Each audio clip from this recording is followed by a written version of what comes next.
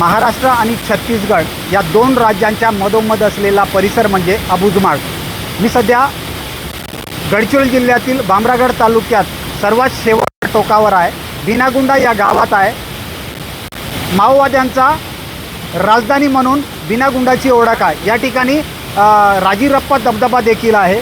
मात्र लाहेरीपासून 18 किलोमीटर रस्त्याचे काम झाले नसल्याने या ठिकाणी पर्यटकांना येण्यास अडचणी निर्माण होत होते। मात्र आज 24 जानेवारी रोजी गडचिरोली पोलीस दलातर्फे या ठिकाणी पोलीस मदत केंद्राची उभारणी करण्यात येत आहे। त्यामुळे पोलीस विभागाने लाहेरीपासून तर बिनागुंडापर्यंत रस्त्याचे काम केले। त्यामुळे अनेकांना आता चारचाकी वाहनाद्वारे देखील या ठिकाणी प्रवास करण्यासाठी सुविधा उपलब्ध झाली आहे। आपण बघू शकता माझ्या पाठीमागे असलेला हा राजीरप्पा धबधबा। या ठिकाणी जवळपासचे बरेच पर्यटक येत असतात। मात्र दूरच्या पर्यटकांना या ठिकाणी पोहोचणे कठीण होते। आता रस्त्याचे काम झाले असून या पर्यटन क्षेत्राचा आपण देखील आनंद लुटू शकता। आपण बघू शकता हा बारमाही वाहणारा धबधबा आहे।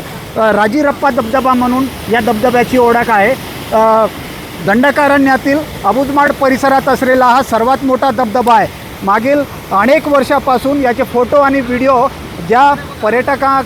अनेक पर्यटकाकडून व्हायरल केले जात होते। मात्र बरेच पर्यटकांना या ठिकाणी येण्यास अनेक अडचणींना सामोरे जावे लागत होते। आता थेट बिनागुंडा गावापर्यंत चारचाकी वाहन पोहोचणार असल्याने पर्यटकांना ही खूप मोठी संधी उपलब्ध झालेली आहे। एकूणच महाराष्ट्रातील सर्व पर्यटकांना आता राज्याच्या शेवटच्या टोकावर असलेल्या अबुजमाड परिसरातील नक्षलवाद्यांची राजधानी म्हणून ओळख असलेल्या बिनागुंडा परिसरात येण्याची आता संधी उपलब्ध झालेली आहे।